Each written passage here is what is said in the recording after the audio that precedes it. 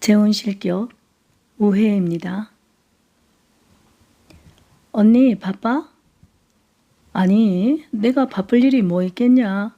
그냥 뉴스를 보고 있다. 근데 언니 왜 목소리가 젖어 있어?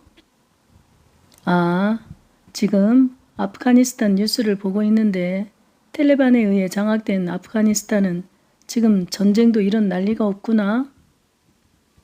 그 뉴스 나도 오늘 아침에 봤었어. 정말 어떡하면 좋아? 너도 그거 봤니? 어떤 엄마가 자기 어린아이를 미군 손에 넘기는 장면. 나도 봤어. 정말 미치겠더라고.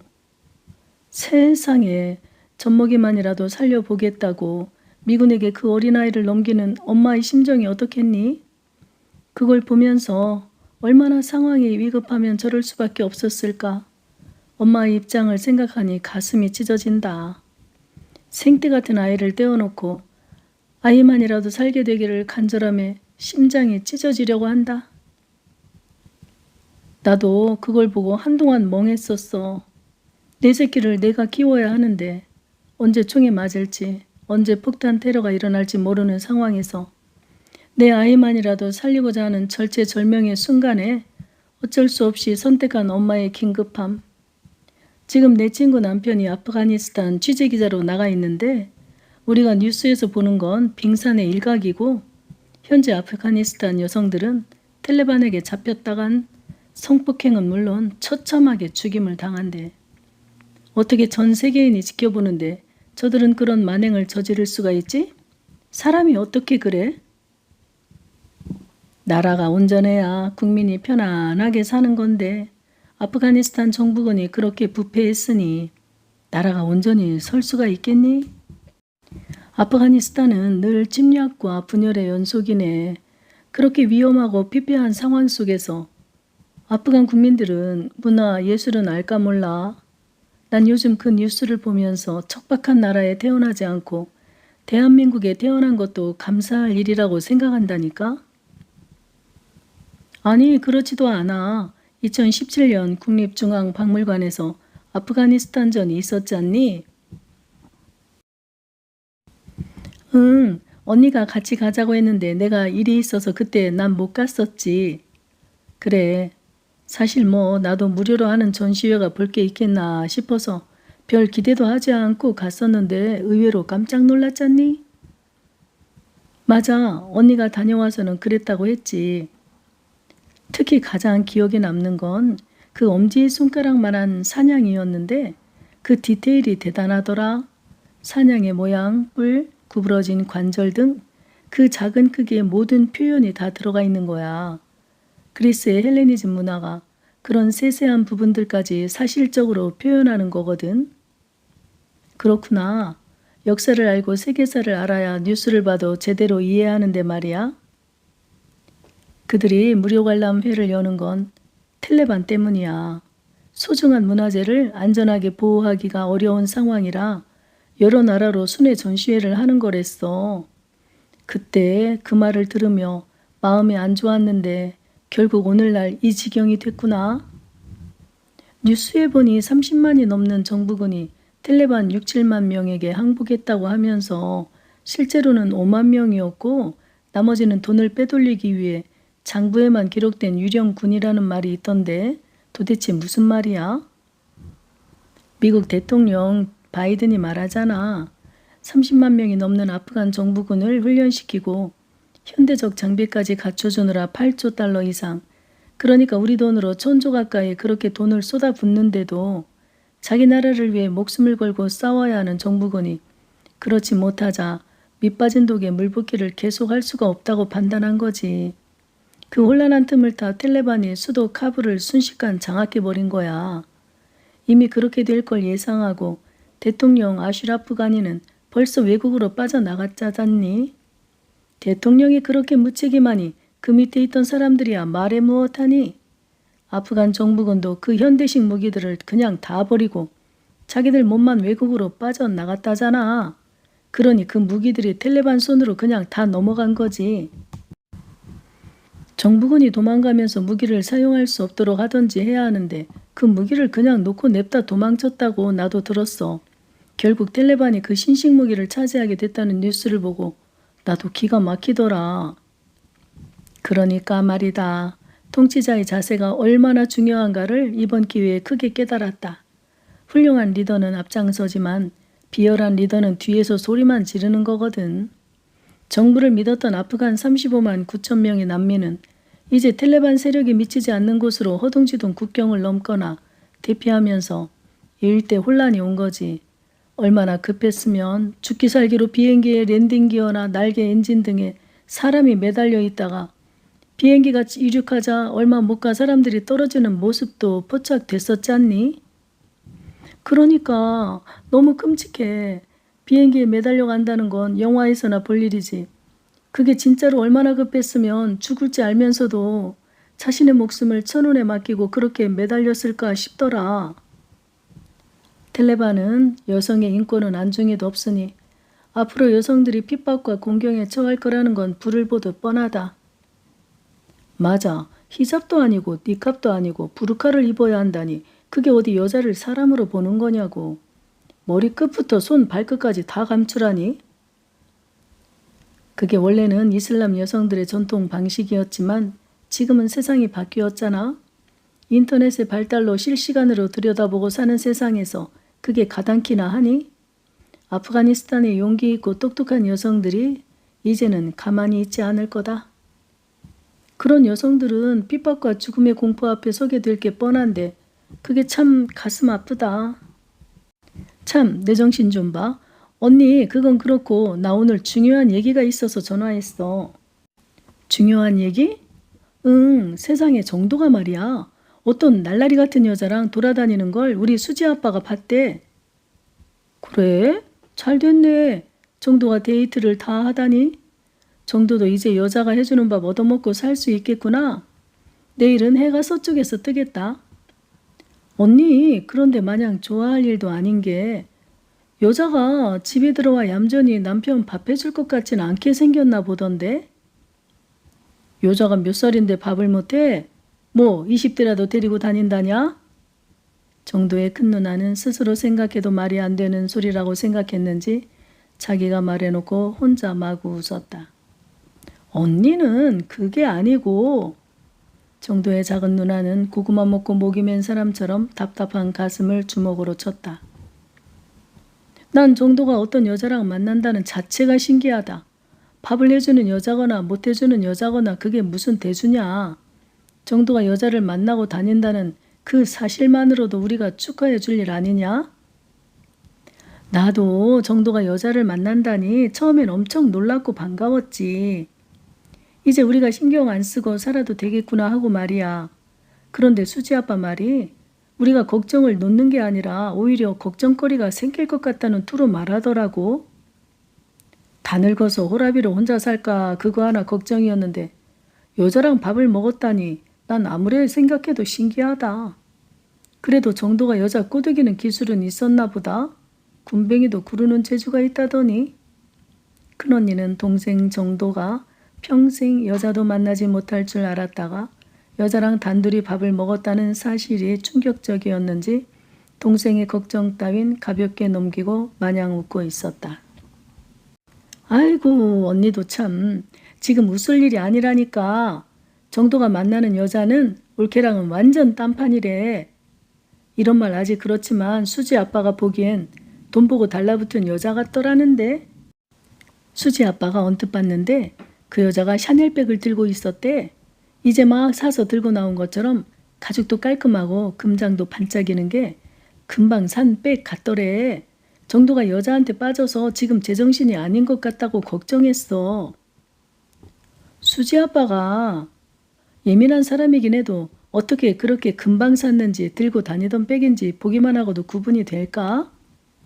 아니야 언니, 금장이 왜 오래 쓰면 약간 번쩍임이 줄잖아. 그리고 가죽도 처음 샀을 때랑 들고 다닐 때랑 느낌적 느낌이랄까? 아무튼 조금 달라. 그래? 수지 아빠 촉은 조금 남다르긴 하지. 그럼 이를 어쩌지? 걔가 순진해서 꽃뱀한테 물렸으면 이거 큰일이다. 샤넬백이 몇백만 원은 하잖니? 언니는 참 몇백만 원은 몇 년 전 이야기지. 백은 비쌀수록 잘 팔린다는 걸 파악한 명품 브랜드마다 너도 나도 계속 금액을 올려서 1,000만 원대도 넘어간 거지. 백 하나에 1,000만 원이 넘는다고? 그게 처음에 어떻게 된 거냐면 원래는 한 300만 원 정도로 판매되면 적당한 백이었어. 그러니까 그 정도면 돈 없는 사람들도 적금을 푼다거나 친구들이나 운동하는 모임에서 명품백 찐목게를 들어서 너도 나도 명품백을 들게 되자 돈 있는 사람들이 반발한 거지. 뭐라고? 아니, 소위 명품백이라면 희소가치가 있어야 하는데 거리를 들고 나가거나 모임에 가보면 의징이 떼징이 똑같은 백을 다 들었으니 돈 있는 여자들이 화가 나는 거지. 차라리 금액을 올려라. 아무나 다 드는 게 무슨 명품이냐 하면서 말이지. 참, 지랄도 어찌 두 비쌈이라더니 할 짓도 더럽게 없구나. 그래서 명품마다 금액을 살짝 올려본 거야. 그랬더니 더 잘 팔리더래. 500만 원에서 이젠 800만 원까지 올렸는데 여자들이 이젠 더 오를 거란 생각에 더 오르기 전에 사야 한다면 명품백이 투자 개념이 된 거야. 이젠 아예 대기번호를 들고 오픈런을 해야 할 정도로 인기가 있게 된 거지. 투자를 백에다 하는 세상인지 몰랐다. 참네. 정말 한심한 생각 아니냐? 백이란 어차피 낡게 되어 있는데 백에 투자라는 것 자체가 어불성설이라고 생각한다. 그러니까 원래 속이 빈 사람일수록 겉으로 치장하려고 하는 게 사람의 심리잖아. 나 이 정도 되는 사람이야 라고 말이지. 거기다 샤넬 캐비어 가죽은 1,000만 원대가 넘게 된 거고. 캐비어 가죽은 또 뭐니? 송아지 가죽인데 그걸 약간 단단하고 스크래치가 나도 표가 안 나도록 특수 가공 처리한 거야. 왜 그 언니도 봤을 텐데 마른 목걸로 누빈 모양의 가죽은 마른 땅이 갈라진 것 같은 느낌이랄까? 아, 아니다. 언니 옛날에 태국 갔을 때 사온 가오리 가죽 지갑 썼던 거 있었지? 아무튼 비유하자면 가죽이 그런 단단한 느낌의 질감이야. 내 친구도 그런 백 들고 다니더라. 애 장가 보낼 때 혼수로 받았다고 했었던 것 같아. 그래서 걔가 그때 그렇게 자랑스럽게 말했었던가 보네. 난 그냥 비싸봤자 100만 원 정도겠지 생각했는데. 정도의 작은 누나는 어이가 없다는 듯 바람 빠지는 소리로 웃었다. 그 언니가 서운했겠다. 그 비싼 걸 언니가 알아주지 않아서. 그러게, 네 말을 듣다 보니 내 리액션이 너무 기대 이하여서 걔가 실망했겠는데. 아무튼 난 그게 그렇게 비싼 백인지 정말 몰랐어. 언니 친구 사돈네가 재벌인가 보다. 시어머니에게 그런 백을 보내게. 응, 뭐 어디 중소기업 딸이라는데 난 뭐 그런 거 별로 신경 안 쓰니까. 그런데 아니 설마 그런 걸 정도가 사줬겠니? 정도는 제가 입는 옷도 10만 원만 넘으면 비싸다고 안 입는 애였는데 내가 볼 때 아마 그 여자가 돈이 많은 여자라 샀다면 제 돈으로 샀겠지. 정도는 어쩌다 그렇게 돈이 많은 재벌 여자를 다 만났을까? 더더욱 신기하다. 수지 아빠 말로는 정도가 여자를 잘 몰라서 여자한테 한 방에 넘어갔을 것 같다고 하더라고. 두 사람의 모습을 보면 대충 감이 오는 거 있잖아. 수지 아빠는 워낙 그런 쪽으로 촉이 빠른 사람이고 말이야. 그거야 그렇지만 언니 왜 그런 말 있잖아? 늦게 배운 도둑이 날 새는지 모른다. 는 뭐 그런 말. 설마 정도가 돌지 않은 이상 1,000만 원이 넘는 백을 사줬겠니? 언니는 말도 안 된다며 웃다가 갑자기 웃음기를 멈추고 바짝 긴장한 채 전화기를 든 손에 힘을 주었다. 가만히 있자. 설마가 아니면 어쩌지? 그러니까 언니 우리가 정도가 만나는 여자를 한번 만나봐야겠어. 올케가 죽을 때 정도를 얼마나 걱정했어. 우리가 나중에 올케 얼굴 똑바로 보려면 여자를 잘 들여야지. 이러고 있을 때가 아니야. 알았다. 내가 그 여자랑 같이 한번 보자고 전화해보마. 일단 끊어봐라. 정도의 큰 누나는 여동생의 전화를 받고 뭔가 불길한 생각이 들어 바로 남동생에게 전화를 걸었다. 난데 잘 지내냐? 누나 나야 잘 지내지. 어째 혼자서 밥은 굶지 않고 누나가 해준 반찬이 있는데 밥이야 먹지. 그래, 다 먹었으면 말해라. 또 해다 줄 테니. 그건 그렇고 너 혹시 지금 만나는 여자 있냐? 응, 어떻게 알았어? 정도는 갑자기 훅 치고 들어오는 누나의 말에 더듬거리며 대답했다. 그러면서 생각했다. 매영이 작은 누나에게 말했을 테고 작은 누나는 큰 누나에게 전화했으리라는 것은 불을 보듯 뻔한 이치였다. 그래, 뭐 하는 여자냐? 스포츠 댄스 강사야.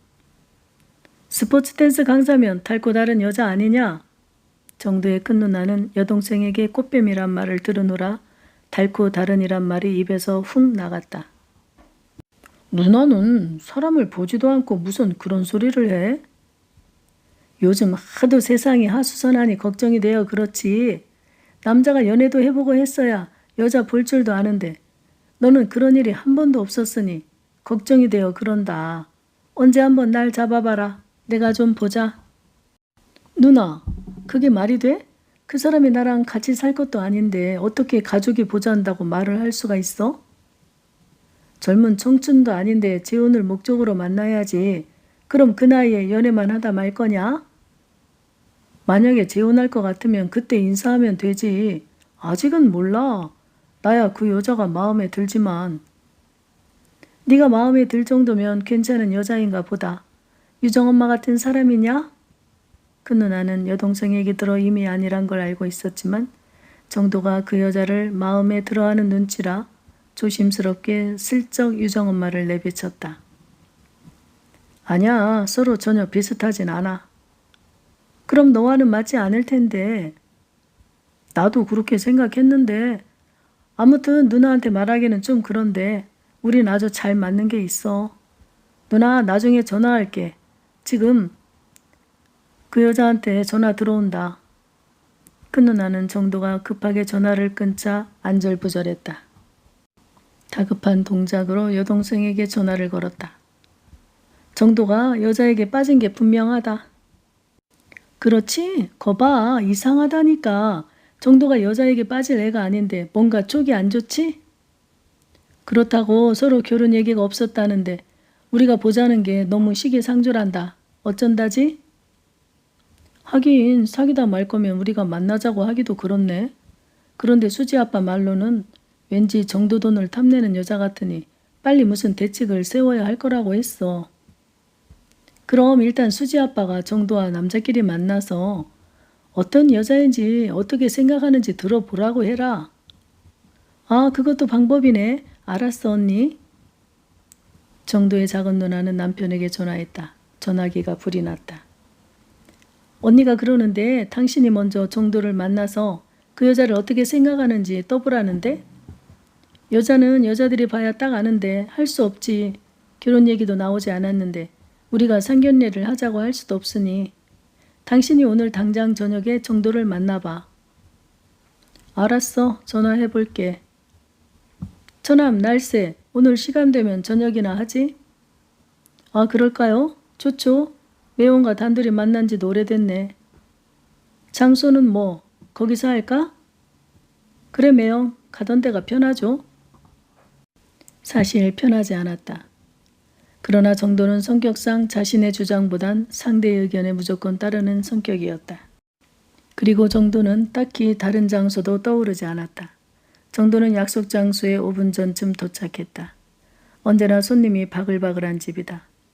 정도는 좀 조용한 곳을 좋아하지만 매영은 항상 이 집을 원하는 이유가 있었다. 이곳은 매영과 아주 친한 여자가 일하는 곳이다. 아니나 다를까 매영과 친한 여자가 정도를 보자 기다렸다는 듯 활짝 웃었다. 그 미소는 이미 오늘 올 거라는 걸 알고 있다는 의미였다. 몰랐으면 약간 놀라며 반겼을 텐데 반기는 표정만 봐도 알 수 있었다. 그녀는 조용한 방으로 안내했다. 매영이 이미 전화해서 예약을 잡아놓은 방이었다. 매영이 한 10분 늦는다네요. 그녀는 연애하는 여자의 부끄러운 표정으로 말끝을 흐렸다. 하긴 그녀는 매영의 여자이니 그녀 입장에서는 정도에게 미안하지 않으면 안 되는 것이다. 매영과 불륜을 시작한 지 꽤 오래된 사이라고 했다. 5년 전 처음 알았을 때 나는 매형에게 주먹을 날리려고 했다. 혼자 앉아있자니 그날이 떠올랐다. 그때도 여기 이 방에서 만났었다. 매형이 그날따라 술이 많이 취했었다. 계산하고 나온다던 매형이 5분이 지나도 나오지 않아 무슨 일인가 싶어 다시 횟집으로 올라갔다. 횟집은 2층에 있었다. 걸어서 올라갔다. 횟집으로 올라가는 그 계단에서 어떤 남녀가 부둥켜 안고 있었다.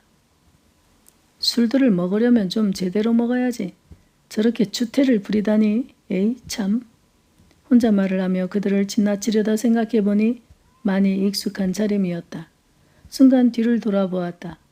눈에 불이 번쩍했다. 회를 먹을 때 왠지 신경이 쓰이던 그 여자랑 꼭 끌어안고 키스를 하는 게 아닌가. 정도는 주먹을 쥐고 매형을 향해 달렸다. 그때 한 무더기의 남자들이 정도와 매형 사이를 비틀거리며 왁자하게 지나갔다. 그들을 해치며 매형에게 가려다 한숨을 내쉬며 조금 진정하자는 생각이 들었다. 참을린 3번이면 살인도 면한다 했다. 그냥 조용히 내려왔다. 다시 한 5분 정도 지나자 매형이 내려왔다. 매형, 미쳤어요? 뭘 말인가? 정도의 매형은 눈을 껌뻑이며 아무 일도 없었다는 듯 되물었다. 내가 좀 전에 다 봤거든요. 그런가? 내가 좀 취했지. 실수했네. 매형, 실수가 아니고 무슨 일 있는 사이 같던데? 저놈 왜 그래? 남자가 그냥 장난 한번 한 걸 가지고. 장난? 아까 회 먹을 때부터 내가 좀 이상하다 싶었다니까? 그 여자랑 매형 사이가 끈끈한 뭔가가 오고 갔다고. 내가 아무리 그런 경험이 없어도 남녀간에 오가는 그런 온도를 눈치 못 채겠어요? 저남, 그냥 내가 오늘 너무 취했어. 미안하이. 처음엔 그냥 매형이 워낙 장난기가 있으니 그런가 보다 하고 넘어가려고 했어요. 그런데 그게 뭡니까? 그 여자랑 사람들 많은 데서 키스를 하다니요. 도대체 두 사람 어디까지 간 거예요? 저남, 내가 지금 취해서 그런 기억은 안 나지만 만약 그랬다면 내 입이 10개라도 할 말이 없네. 정도의 매형은 술이 너무 취해 자제력을 잃고 배웅 나온 그녀를 그만 꼭 끌어안아 버린 것이다. 매형은 처남의 말을 다 알아듣고 있었지만 원래 불륜은 현장 목격을 당해도 아니라고 일단 잡아떼는 게 장땡이었다. 정도는 매형이 횡설수설하니 정말 실수인가 싶었다. 그래, 술에 취하면 남자는 개가 된다고 하더니 매형도 술에 약한가 보다 그렇게 생각하기로 했다. 그러고 시간이 지나 그 사건을 까마득히 잊고 살았다. 그런데 매형과 만날 일이 있으면 매형은 언제나 그 횟집으로 장소를 정했다. 그 집에서 2번째 매형과 만났을 때 그 여자가 아니고 다른 여자가 서빙을 하자 매형은 싫어하는 눈치였다. 최양은 왜 바쁜가? 매형은 다른 아줌마가 서빙을 하자 불퉁한 목소리로 말했다. 저번에 그 여자는 아마도 성이 최 씨인가 보았다. 오늘 단체 손님이 밀려와서 지금 최양 정신없어요. 아무리 바빠도 이 방은 최양 보고 들어오라고 해요. 매형은 단호히 말했다. 그때 최양이 지나가다 얼굴만 쑥 들이밀며 말했다. 오빠, 오늘은 너무 바빠. 오늘은 이 양이 서비스해도 좀 이해해줘요. 최양은 무척 바쁜 듯 이마에 흐르는 땀을 닦으며 종종 걸음으로 나가려고 했다. 매형은 그녀의 손목을 꽉 잡더니 말했다. 야 임마, 내가 너 보러 왔지. 횟집이야 여기 아니어도 아무데나 널렸다. 알지 오빠. 그럼 조금만 기다려요. 내가 좀 얼추 바쁜 거 끝내고 올게. 알았어. 너 들어올 때까지 난 회 한 점도 안 먹고 있을 거다. 아이고 진짜 오빠 왜 그래. 그녀는 매형의 말이 나쁘진 않은지 생떼 부리는 아기 달래듯 하고는 호호거리며 돌아나갔다. 돌아나가는 엉덩이를 매형이 툭 쳤다. 매형, 좀 심한 거 아냐? 뭐가? 이런 곳에서는 단골로서 최대의 대접을 받아야지. 단골 좋은 게 뭔가? 아니, 횟집에서 단골로 대접받으려면 스키다시 하나 더 받는 거지. 그렇게 아줌마 엉덩이를 주무르는 게 대접받는 거요? 참, 처남은 남자들의 세계를 그렇게도 모르니 내가 참 답답할세. 저남은 진짜 천연 기념물이라니까.